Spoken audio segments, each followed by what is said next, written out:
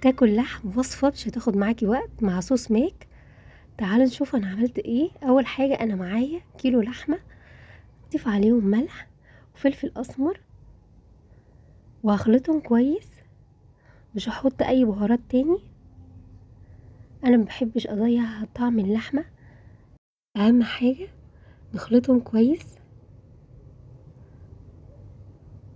وبالطريقة دي. انا كده جازت معايا.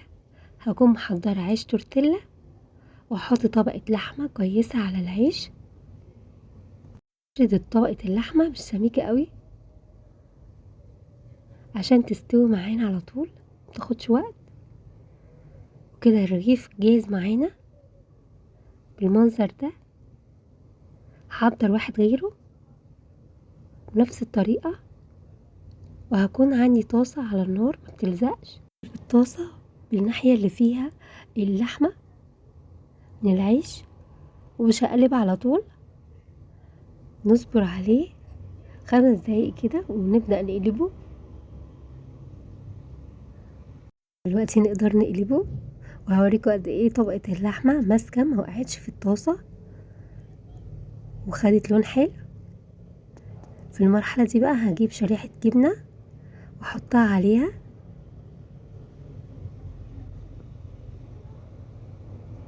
وكده خلاص رغيف التاكو معانا جاهز.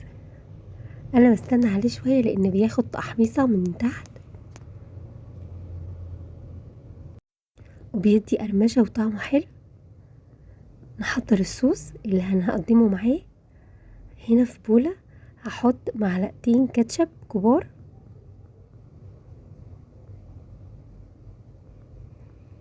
وهحط معلقتين مستردة. والصوص ده انا عملته قبل كده في حلقة مع البرجر، تحفة، ياريت تجربوه. اضيف عليهم المايونيز معلقتين كبار، وهحط بصل مفروم ناعم، خيار مخلل مفروم ناعم، وهقلب الصوص الحلو ده مع بعض. ممكن نضيف معلقتين خل،